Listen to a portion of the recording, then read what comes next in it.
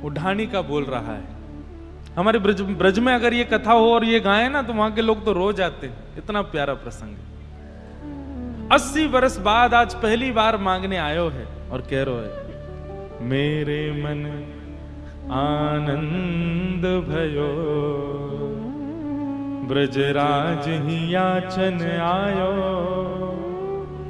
अपने अपने मन को मतो, कह परिवार सुना। हे नंद बाबा, आज आपके घर लाला भयो है और या लाला हेवे की खुशी के कारण जैसे ही मैं आन लगो, मेरे परिवार के सब लोगों ने आशीर्वाद भेजो है लाला के काजे, और सबने अपनी अपने आशीर्वाद के बदले कहा बधाई चाहिए ये भी बतायो है। नंद बाबा बोले जल्दी बता, कौन कौन ने कहा मांगो, सबको देंगे हम। अच्छा एक बात कहूं बंधु, लिख लीजिएगा, ठाकुर जी जीवन में आएंगे, मैं कहा करता हूं कथाओं में, भगवान जब जीवन में आ जाएंगे तो आपकी स्थिति क्या होगी? सबसे पहला आप संग्रह की स्थिति से निकल जाओगे। आप जितना होगा ना बांटोगे, लुटाओगे, दोगे, कुछ नहीं है तो भी दोगे। हमारे वृंदावन के कई संतों का ऐसा नियम है, वो सूर्यास्त से पहले पहले खाली कर देते हैं, अपनी जेब हो, अपना कमरा हो, कुछ नहीं रखते अपने पास। और ये बहुत बड़ी बात है, नहीं तो आज के युग में अपने आप से किसी वस्तु को बड़ी सहजता से किसी को दे देना, ये सबके बस की बात नहीं होती। पर ठाकुर जी जीवन में आएंगे तो सबसे पहला गुण आपका ये आएगा कि आप संग्रह नहीं करोगे, आप लुटाओगे, आप बांटोगे, आप दे दोगे। किसी ने गलती से कह दिया तुम्हारा यार लॉकेट बहुत बड़ी, अच्छा इधर आ, ये ले। अब ऐसा नहीं कि वो बहुत प्रिय है तो ही दिया, नहीं, कोई मांग ले, ऐसी स्थिति हो जाती है। प्रिय को तो हर कोई दे देता है, पर अपरिचित को भी दे दोगे। ऐसे कई लोग देखे मैंने अपने जीवन में, और जब ऐसे लोगों को देखते हैं ना तो लगता है कि ठाकुर जी मिल गए इनको। और केवल वस्तु की बात नहीं, उनके हृदय में भी जो है, उनकी बुद्धि में भी जो है, उनके पास जो ज्ञान है, जो प्रेम है, वो बांट देते हैं सबको। ठाकुर जी जीवन में आते हैं तो लुटाने की स्थिति हो जाती है, बांटने की स्थिति हो जाती है, संग्रह की स्थिति नहीं रहती। नंद बाबा कह रहे हैं मांग, कहा चाहिए? बोले बाबा मैं आपके घर जैसे ही आने लगे हो, इतने में ही मेरो बड़ो भैया आयो, और बड़े भैया ने आकर के कही नंद बाबा के लाला भयो है, मेरी तरफ से आशीर्वाद दे के आइयो भैया, और मेरे काजे बधाई में कहा लेके आएगो? बोले बताओ कहा लाऊं? तो मेरे भैया ने कछु मांगो है बाबा ने, सुन लियो। नंद बाबा बोले बताओ। सब ब्रजवासी, लाखों ब्रजवासी बैठे हैं, सब सुन रहे हैं और नंद बाबा बांट रहे हैं। तब ढाणी के को बोले तेरो तात कहो समझाए राय सो, जाए शीशा दीजे, और 200 भैंस दूध मन मन की मेरे काजे लीजे। मेरी तरफ से नंद बाबा के लाला को आशीर्वाद दे के आइयो, और भैया बदले में बधाई में 200 भैंस लेके आइयो। और कैसी भैंस? बोले एक भैंस के नीचे कम से कम 1 मन दूध होना चाहिए, ऐसी 200 भैंस। नंद बाबा बोले अरे एक बात बता, ये तेरो बड़ो भैया जो है काया की उम्र कितनी है? बोले बाबा मैं 90 वर्ष को है गयो, और मेरा सबसे बड़ो भैया जो है वो 150 वर्ष को है अभी। बोले 150 वर्ष को तेरो भैया 200 भैंसन के दूध में का नहावेगो? कहा करेगो इतनी भैंसन को? और भैया हम सब ब्रजवासी, हमारे यहाँ भैंस कछु ना, हम तो देसी गैया रखे अपने यहाँ। और उस काल में तो विदेशी गैया होती नहीं थी, एक ही गैया होती। बोले हम तो गैया रखे, भैंस हमारे यहाँ ना है। बाबा मैं तो बस बता रहा हूं, मेरे बड़े भैया ने कहा मांगो। मुनीम जी अबे 200 भैंस जहां भी मिले मंगवा के इनके भैया को दो, ये कह रहे हैं तो इनको प्रदान करो। और ऐसी वैसी भैंस नहीं, 1-1 मन दूध एक भैंस दे, ऐसी भैंस। आज के, अब मुझे तो पता नहीं है कितने की आएगी, क्यों 1 मन दूध देने वाली भैंस कितने की आएगी आज? 3-3.5 लाख रुपए की आएगी। ये गांव में ही रहते हैं ना पंडित जी, इनको पता रहती है, ग्वारियां ही हैं। इतनी महंगी आएगी आज भी अगर लेने जाएंगे तो। ऐसी 200 भैंस नंद बाबा बोले मुनीम जी मंगवा करके दो। और बता भैया और तो को कहा चाहिए?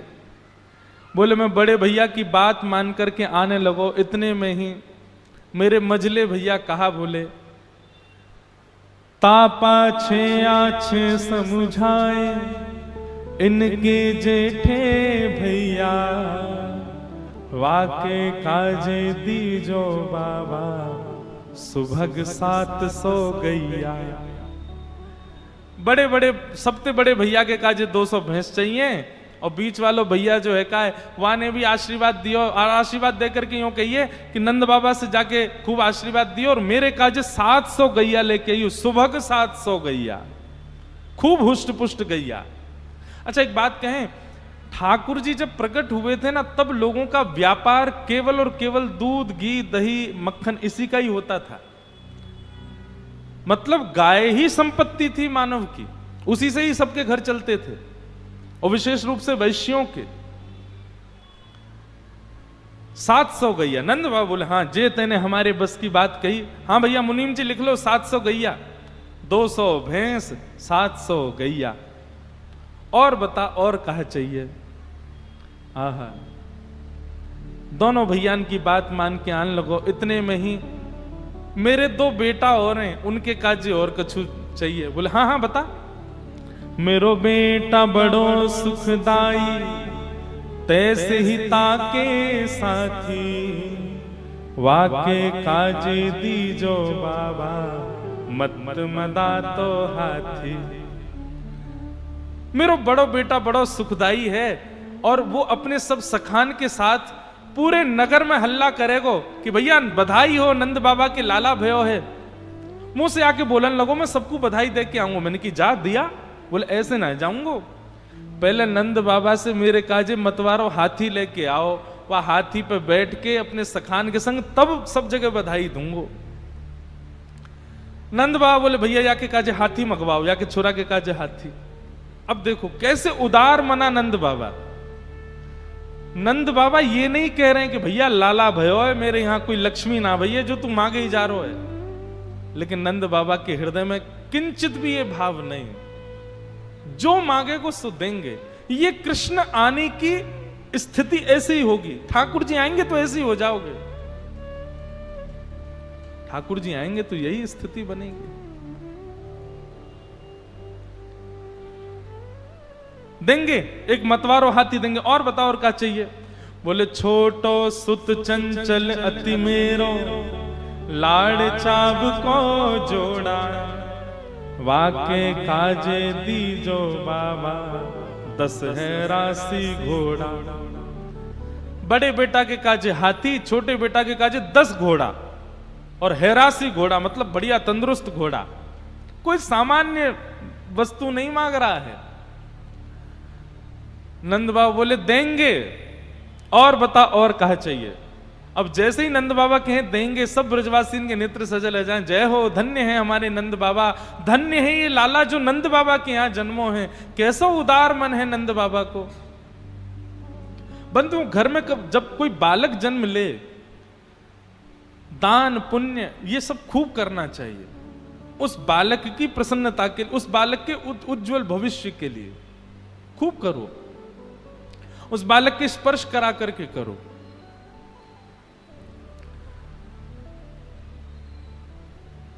बोले मैं दोनों बेटा की बात मान करके आने लगो, इतने में ही मेरे बड़े बेटा को ब्याह भयो भी 7 महीना पहले। मैं जैसे दोनों बेटान की बात मान के आने लगो, इतने में ही मेरी बहू आई और घूंघट करके आई, और घूंघट में आकर के मुझसे बोली, बोले पिताजी आपको पता है मेरे पिताजी ने मेरा ब्याह आपके पुत्र से काई को कियो? क्योंकि हमको ये पता है कि आप नंद बाबा के ढाणी के हो, आपके घर में खावे पीवे की धन संपत्ति की कोई कमी ना है। पर जब से मेरो ब्याह भयो है, मैंने तो अभाव ही अभाव देखो है, मैंने तो घर में कछु सुख देखो ना है। नंद बाबा के यहां इतने वर्षन बाद लाला भयो है, मैं भी अपने पीहर वारिन को बता सकूं कि मैं ऐसे इनके घर में ब्याई हूं जिनके यजमान नंद बाबा हैं, तो कृपा करके मेरे काजी भी कछु लेके आई हो ना। मैंने अपनी बहू से कही, अरे बहू तू बता ना तू को कहाँ लेके आऊं? बोले मेरी तरफ से लाला को आशीर्वाद दे के आई हूं। और बेटा बधू लाज तज मोसो, घूंघट मुख दे बोली। कहा चाहिए? बोले नख सिख सो गहनों सब ले हो, तीहर से ती चोली। पैर के अंगूठे से लेकर के सिर तक जितने गहने होते हैं माताओं के, सबरे गहने चाहिए मुझे। नंद बाबा के लाला की हैवे की खुशी में ये बधाई चाहिए मुझे। आहा। नंद बाबा बोले मुनीम जी तुरंत सुनार को भेजो और ये ढाणिके के घर भेज के कहो बहू के सब सामग्री जैसे वो कहेगी, जैसी आकृति बताएगी, जहां जहां के आभूषण कहेगी सब बनवाओ और बनवा करके या को दान में दो। ढाणिका बार बार रुक जाता है, अपने नेत्रों के आंसू पहुंचता। बस बाबा अब इतने ही हैं। बोले नहीं नहीं नहीं, सही सही बताओ और कौन कौन है घर में, और कौन कौन ने कहा कहा मांगो है? बोले मैं अपने दोनों बेटान की बात बता दी, दोनों भैयान की बात बता दी, अपनी बहू की बात बता दी, एक मेरी छोटी बेटी और है। अच्छा वाने कहा मांगो, वाके बारे में बता। ढाणिके को बोले बेटी एक लाडली मेरी, चलत आए भाई ठाड़ी। और कहा बोली? बोले भैयान के काजी ये सब लेके आ रहे हो, भाभी के काजी भी लेके आ रहे हो, ताऊ जी चाचा के काजी भी सब, मेरे काजी कछु ना लाओगे? मैंने की अरे लाली तू बता ना। बोले मोकू कछु चाहिए नहीं, मैं तो जाऊंगी और नंद बाबा के लाला को अपनी गोद में खिलाऊंगी। अरे मैंने की लाली तू चल दे मेरे साथ। बोले ऐसे ना है, जाऊंगी। तो कैसे जाएगी? सहित कहार पाल की ले हो, सोजो भरियो गाड़ी। आप अभी जाओ और नंद बाबा से कहो सुंदर 4 कहारन के संग सुंदर दिव्य दिव्य रत्नन से जड़ी भई एक पालकी बनवा करके वो भेजें, वहां में बैठ करके जाऊंगी, लाला को खिला के आऊंगी और फिर पालकी और कहार सब संगी ले आऊंगी। नंद बाबा के नेत्र सजल है, अरे तेरी लाली तो मेरी लाली है। मुनीम जी सुंदर एक पालकी बनवाओ, सुंदर वहां में रत्न जड़वाइयों और 4 कहार हमेशा के लैया वही लाली के काजे पालकी की सेवा में रहेंगे, भिजवा दो ढाणी के यहां। जब ये बात सुनी सब ब्रजवासी खड़े हो गए, जय जयकार करने लगे। हाथी दीने घोड़ा दीने और दीनी पालकी, हाथी दीने घोड़ा दीने और दीनी पालकी, हाथी दीने घोड़ा दीने और दीनी पालकी, हाथी दीने घोड़ा दीने और दीनी पालकी। हे हाँ हाँ ओ नंद घरा नंद भयो जय कन्हैया लाल, नंद घरा नंद भयो जय कन्हैया लाल। हे नंद घरा नंद भयो जय कन्हैया लाल की, नंद घरा नंद भयो जय कन्हैया लाल की, ओ जय कन्हैया लाल की, जय यशोदा लाल की,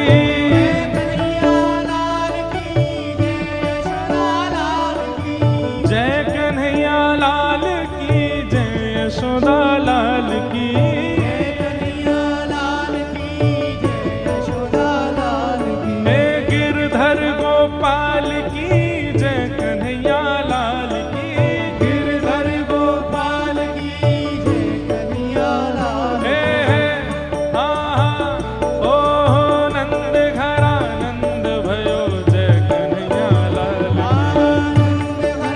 नंद भयो जय कन्हैया लाल। हे नंद घरा नंद भयो जय कन्हैया लाल की, नंद घरा नंद भयो जय, बोल नंद के लाला की।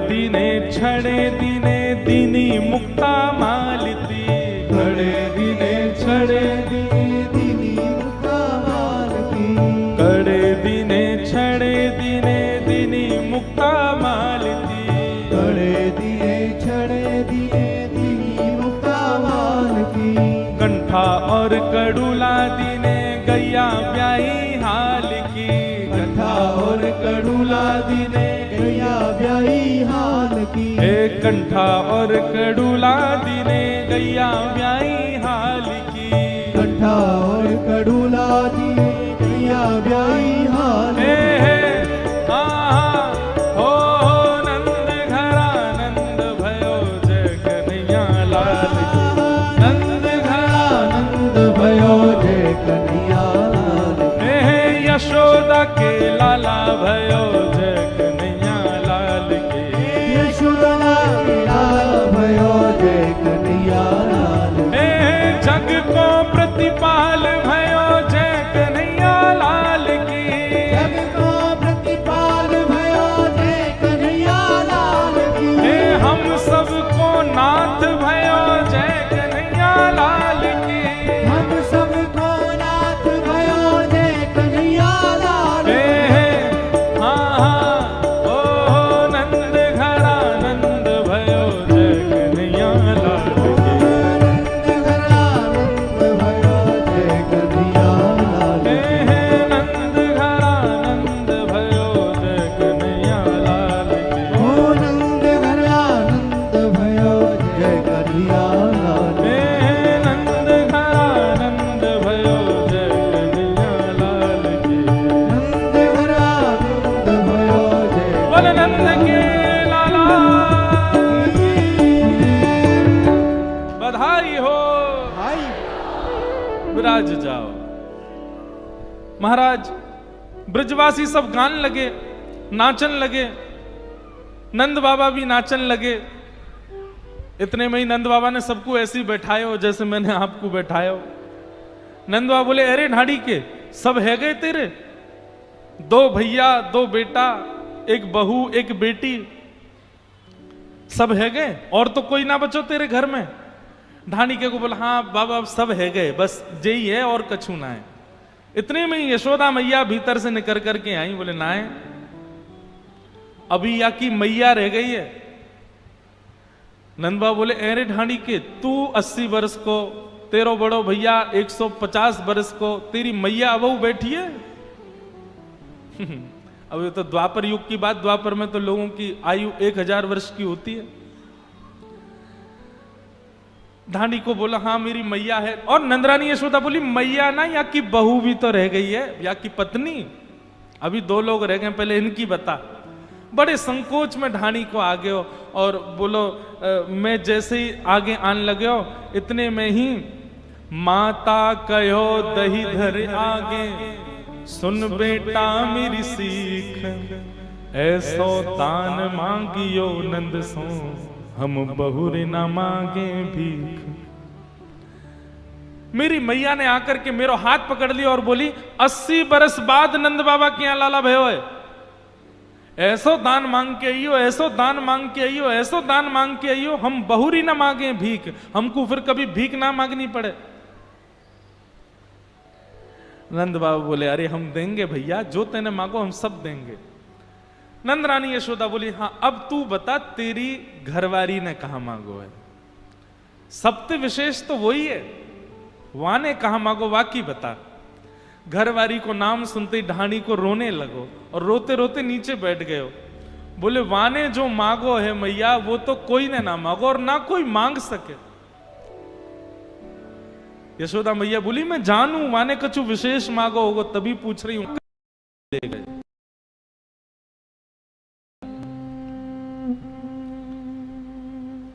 पूतना दुर्भाग्यशाली राक्षसी मुझे कोई नहीं मिली। वैसे तो दुर्भाग्यशाली सारे ही राक्षस हैं, पर कभी कभी इनके सौभाग्य का अनुभव होता है कि कितना सौभाग्य ठाकुर जी से सामने से खड़े होकर मिलते हैं, भले ही बैर भाव से सही।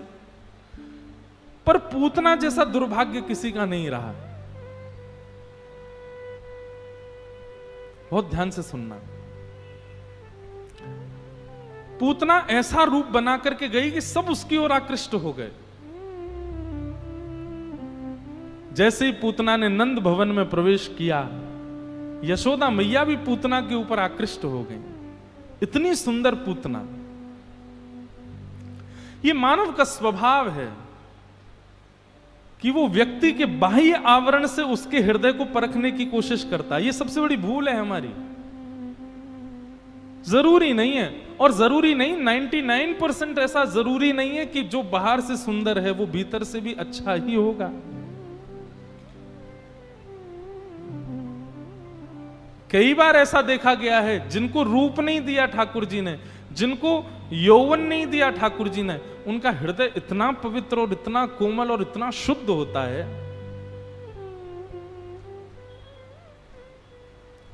इसलिए भैया कभी भी किसी के प्रभाव पर मत रीझो, सदैव स्वभाव देखो।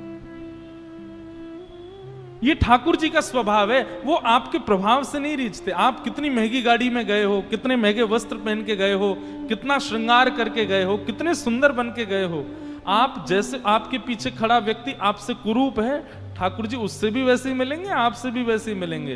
वो ये प्रभाव पर कभी नहीं रीझते। हमको भी ऐसा ही होना चाहिए। कोई कैसा भी हमारे सामने आ जाए, कितने भी सुंदर वस्त्रों में, कितने भी महंगे वस्त्रों में आ जाए, कितने भी गुण दिखाता हुआ आ जाए, तब तक जब तक स्वभाव ना दिख जाए उसका, उससे प्रेम करना नहीं। प्रेम करने का मतलब प्रीति सबसे करो, पर हृदय में स्थान उसी को दो जिसका स्वभाव मधुर हो।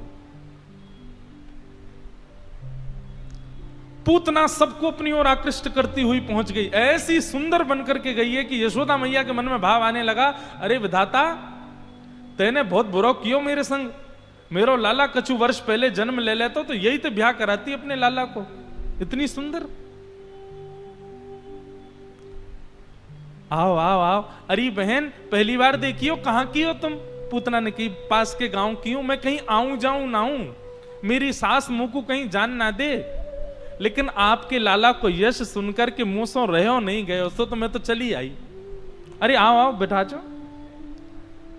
और यशोदा मैया ने बिना कुछ विचार किए ठाकुर जी को उसकी गोद में दे दिया। पूतना ने अपनी गोद में लाल जी को ले लिया। थोड़ी देर चर्चा होने लगी। यशोदा मैया किसी कार्य से इतना विश्वास कर लिया पूतना के ऊपर। क्यों? क्योंकि स्वरूप सुंदर है, क्योंकि वस्त्र अच्छे पहने।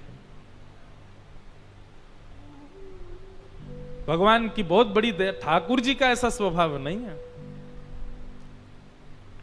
हम लोग इसीलिए पछताते हैं, हम लोग इसीलिए धोखा खाते हैं अपने जीवन में, क्योंकि हम उस व्यक्ति से प्रभावित हो जाते हैं जिसका स्वरूप और वस्त्र सुंदर हो, या उसका बाह्य प्रभाव ऐसा हो जो हमको अपनी ओर आकृष्ट कर ले।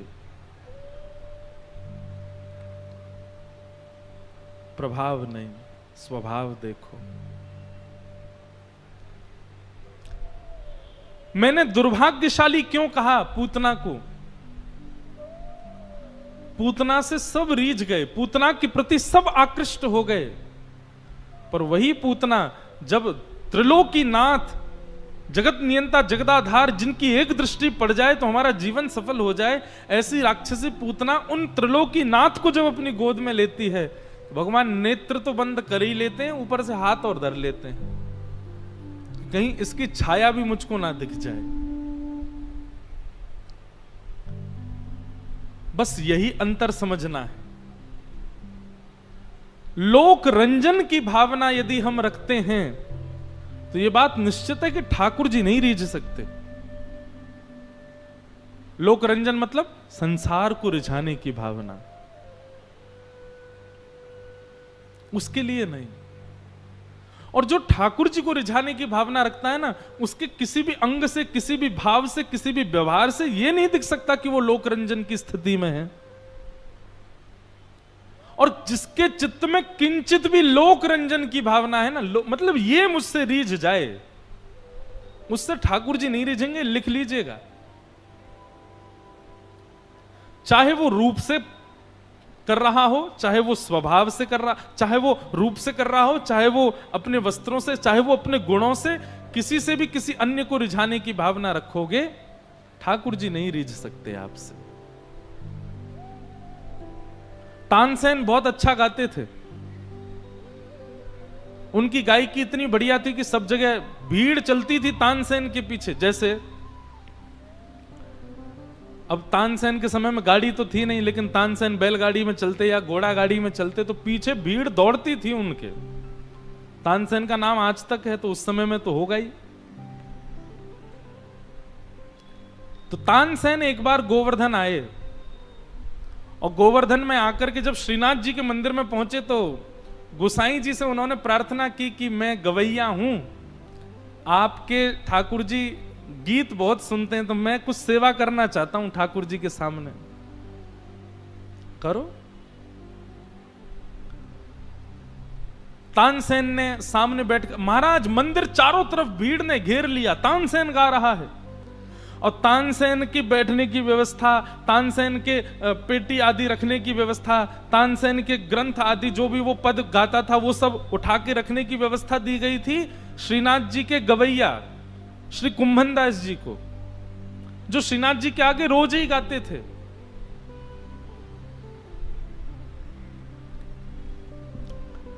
कुंभन दास जी उसके सामान उठा रहे हैं, कुंभन दास जी उसके सामानों को उठा उठा करके इधर से उधर रख रहे हैं।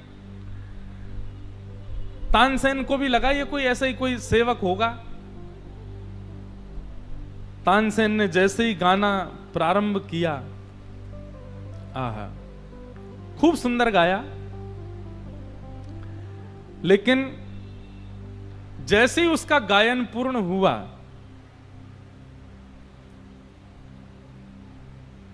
गोसाई जी जो श्रीनाथ जी की सेवा में रहते थे, कुछ भेंट देने के लिए भीतर से लाए।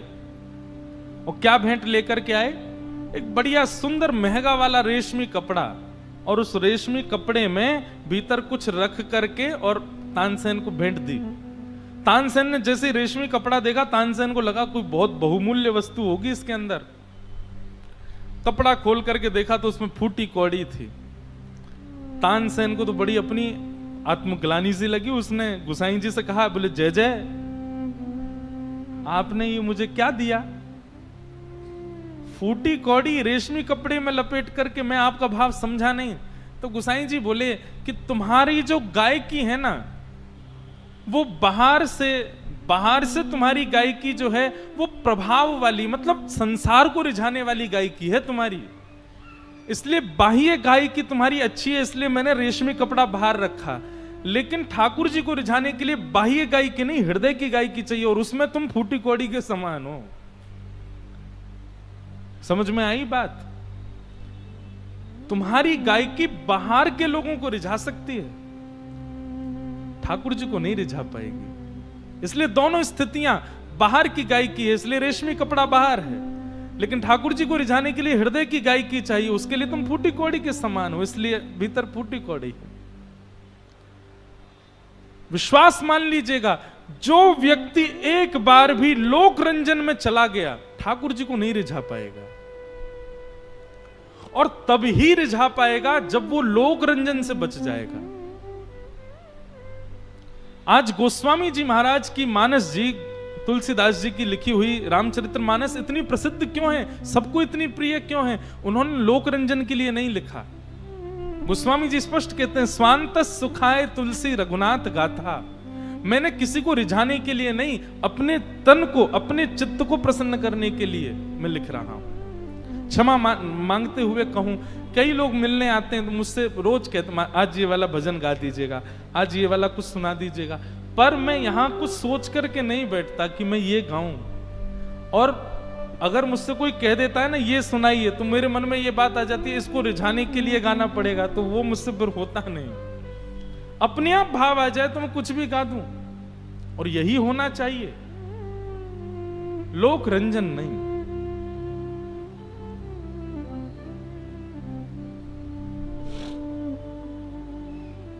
नहीं तो ठाकुर जी दूरी कर लेंगे आपसे।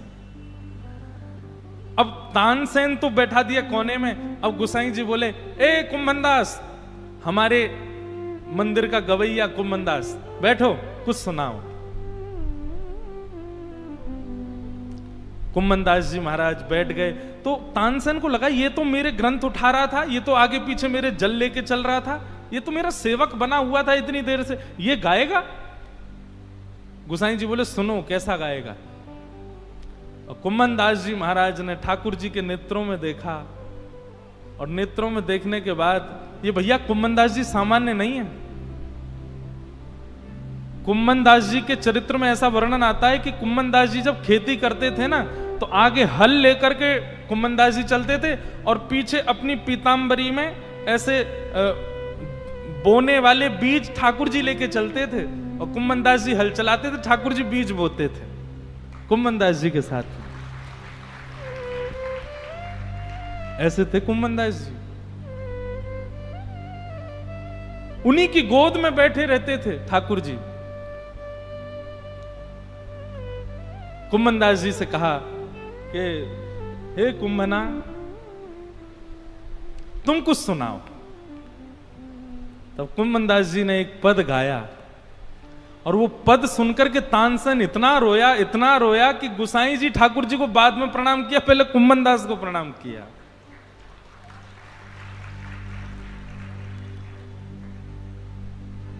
कुम्भनदास जी गा रहे हैं, तू है सखी बड़ भाग बड़ी, नंदलाल तेरे घर आवत है।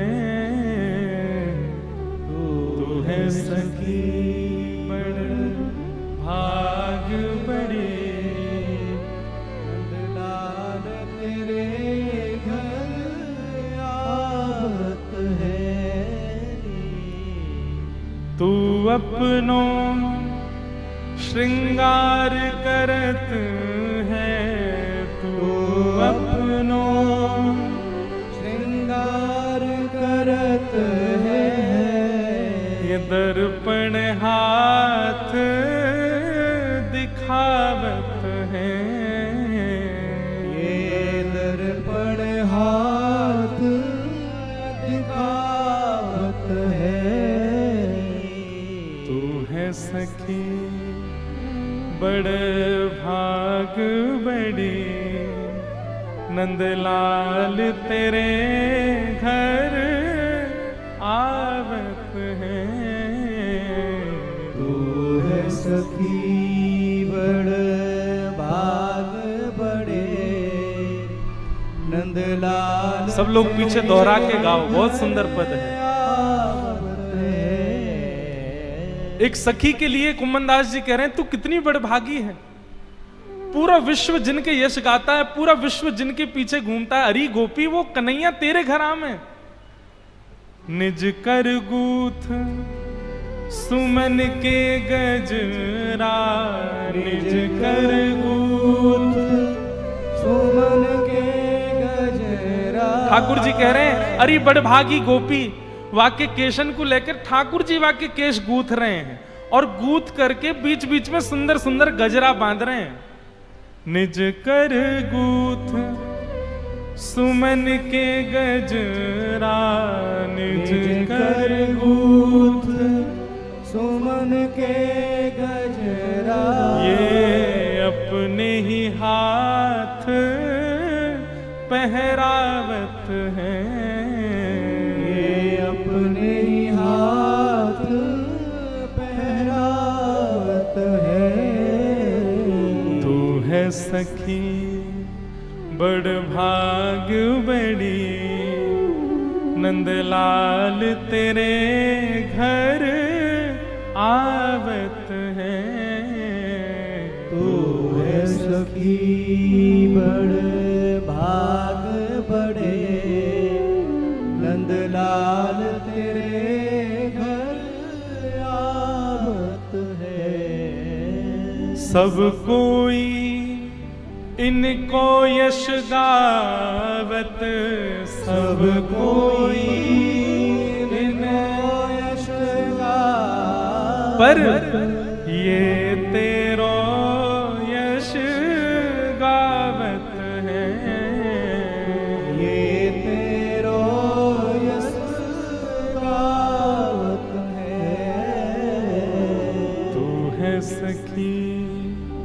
बड़ भाग बड़ी नंदलाल तेरे घर आवत है। तू है सखी बड़ भाग बड़े नंदलाल तेरे घर आवत है। कुंभन दास लाल गिरधर के कुंभन दास लाल गिरधर के कुंभन दास लाल गिरधर के कुंभन दास लाल गिरधर के ये तो तेरे ही हाथ बिकावत है। ये तो तेरे ही हाथ अरे गोपी बिकावत है। ये गिरधर लाल तोसो इतनो प्रेम करें, ये नंद जी के लाला तोसो इतनो प्रेम करें, अगर तू इनको हाथ पकड़ के कहीं बेच आई ना तो ये बिकऊ जाएंगे। ये तोसो इतनो प्रेम करें। तू है सखी बड़ भाग बड़ी गोपाल तेरे घर आवत है।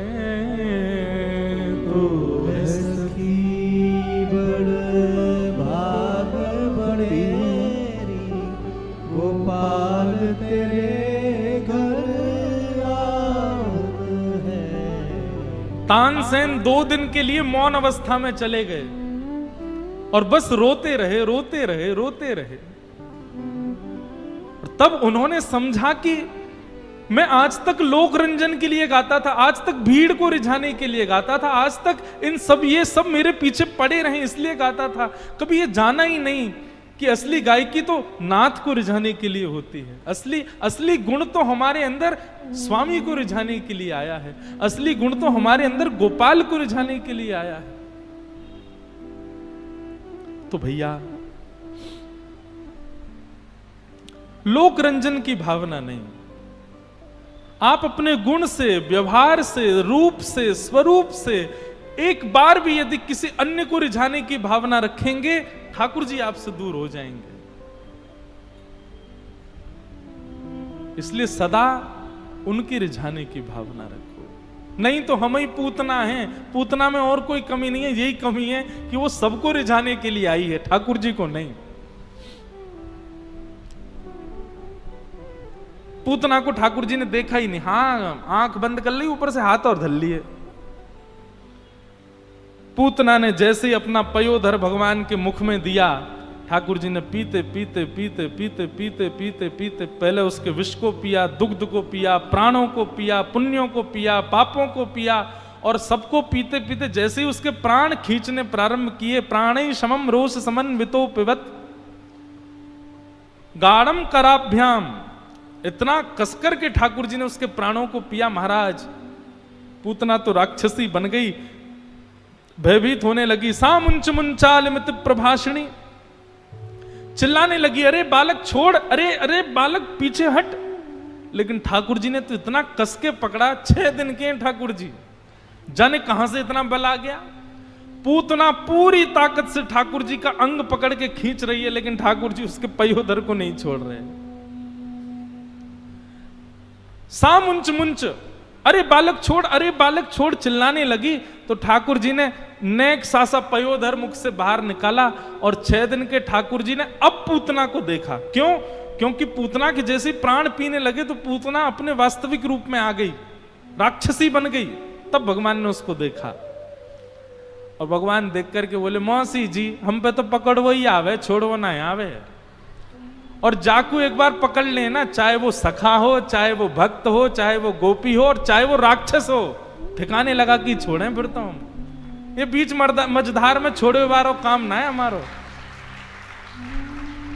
एक बात कहें बंधु, शास्त्राज्ञा है और हमारे आचार्यों ने भी ऐसा कहा है, एक बार भी यदि आपके चित्त में उन्माद भक्ति प्रकट हो गई ना ठाकुर जी के लिए, निष्फिक्र हो जाना। फिर उसके बाद उन्माद भक्ति मतलब, उन्माद भक्ति मतलब केवल श्याम सुंदरी सब कुछ है, उसके अलावा कुछ नहीं। एक दिन भी पूरे जीवन में अगर एक बार भी ऐसा हुआ हो, निश्चिंत हो जाना। क्यों?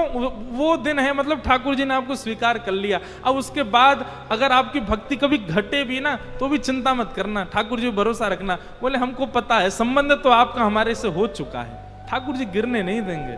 ठाकुर जी का काम है, एक बार कोई को पकड़ लें तो महाराज फिर तो मिलके ही छोड़े भाई।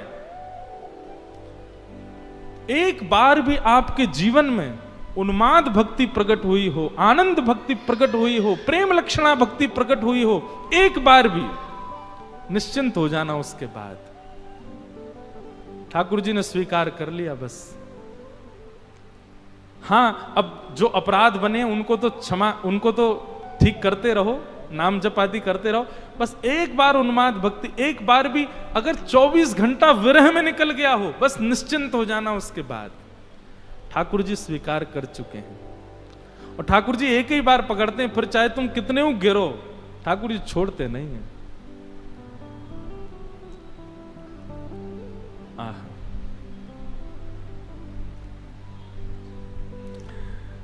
भगवान ने पूतना का वध कर दिया। बोलो पूतना मर्दन भगवान की जय।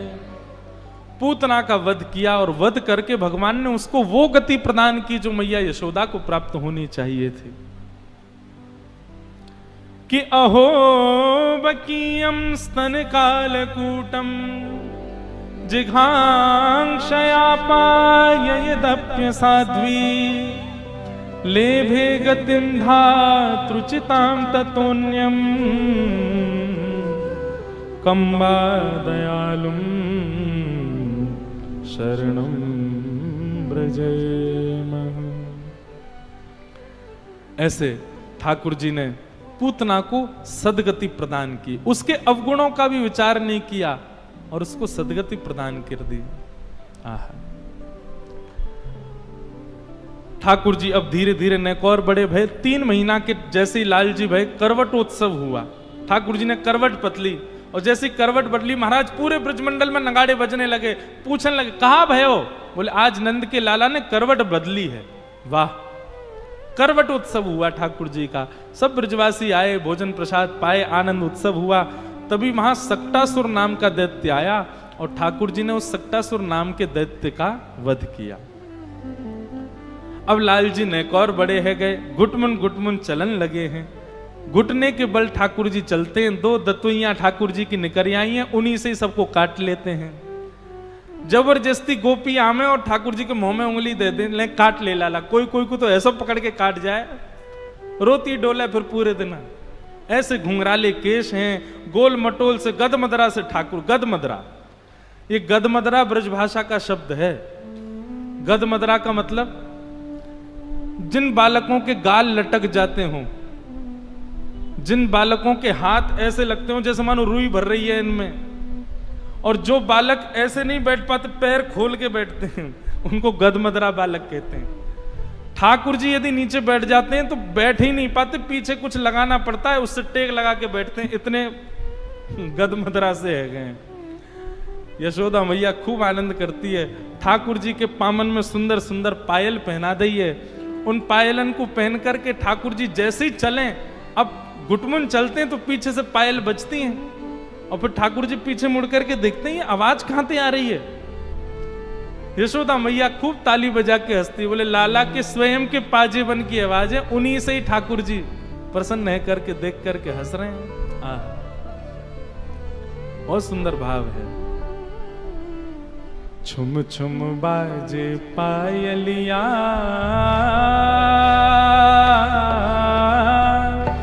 छवि देख लावे कान्हा, मेरे घर आए लाला, मेरे घर आए। छुम छुम बाजे पायलिया,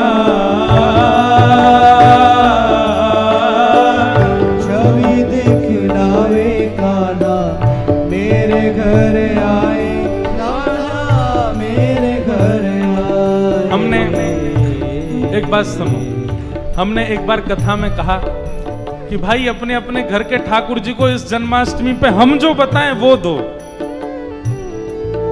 सुनार के पास जाना, थोड़े दिन पैसे इकट्ठे करो और सुनार के पास जाके अपने ठाकुर जी के पैर के साइज की बढ़िया सोने की पाजेब बनवाओ, और पाजेब ऐसी सुरीली आवाज करवे वाली, और ठाकुर जी के पामन में पहनाओ।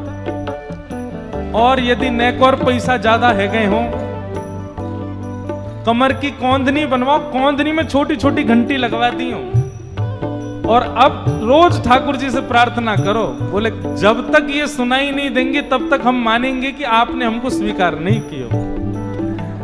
एक माता जी ने, कोई ने कथा सुनी यही उल्लासनगर की, वो आई मुझसे मिलने, मुझे बोली महाराज जी मैंने आपकी बताई काम कर दिया, ठाकुर जी को पाजेब पहना दिए। मैंने भी ठाकुर जी से कह दिए तब तक प्राण नहीं त्यागूंगी जब तक ये सुनाई नहीं देंगे मुझे। मैंने कहा वाह भैया, बस ऐसे विश्वास रखो। इस बार की जन्माष्टमी पर सुंदर पायल पहनाओ ठाकुर जी को, सुंदर कौंधनी पहनाओ, और बस रोज रात में यही सोच करके सो कि किसी दिन रात में वो छुम छुम आवाज आवे। अरे दुस्वप्न आएगा ही नहीं, गंदे सपने आ ही नहीं सकते आपको। किसी दिन देखना गदमदरा से ठाकुर जी छम छम करते हुए स्वप्न में आ जाएंगे। ओ छवि दिखलावे कान्हा मेरे घर आए, लाला मेरे घर आए, करताल बजा के गाओ। पायलिया छवि दिखलावे कान्हा मेरे घर आए, लाला मेरे घर आए। ओ कान्हा मेरे घर आए, ओ कान्हा मेरे घर आए, कान्हा मेरे घर आए, कान्हा मेरे वर नंद के लाला की।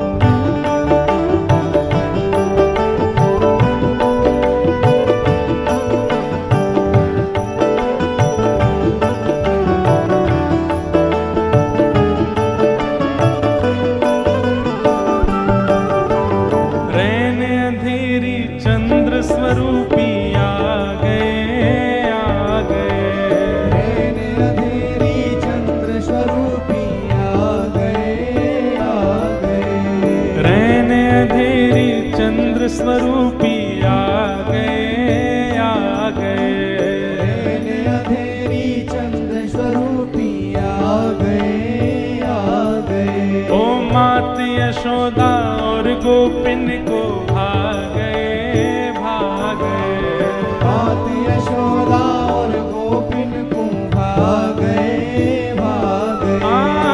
मात यशोदा और गोपिन को भागे, यशोदा और गोपिन को भागे। कैसे हैं? आंधे काली कामरिया मुखमल कावे कान्हा मेरे घर आए, लाला मेरे घर आए। बाजे पायलिया छवि दिखलावे कान्हा मेरे घर आए, लाला मेरे घर आए। ओ छुम छुम बाजे पायलिया छवि दिखलावे कान्हा मेरे घर आए, लाला मेरे घर आए। बाजे पायलिया छवि दिखलावे कान्हा मेरे घर आए, लाला मेरे घर आए। ओ सुन सुनकर छूम छूम सखियां सुध बुध खो गई, खो गई। सुनकर सखियां सुध बुध खो गई, खो गई। सुनकर छुम छुम सखियां सुध बुध खो गई, खो गई। सुनकर रुन सखियां सुध बुध खो गई, खो गई। ओ मैं तो दर्शन करके पावन हो गई, हो गई। मैं तो दर्शन करके पावन हो गई, हो गई। हाँ मैं तो दर्शन करके पावन हो गई, हो गई। मैं तो दर्शन करके पावन हो गई, क्यों? हो गई। ऐसे प्यारे सांवरिया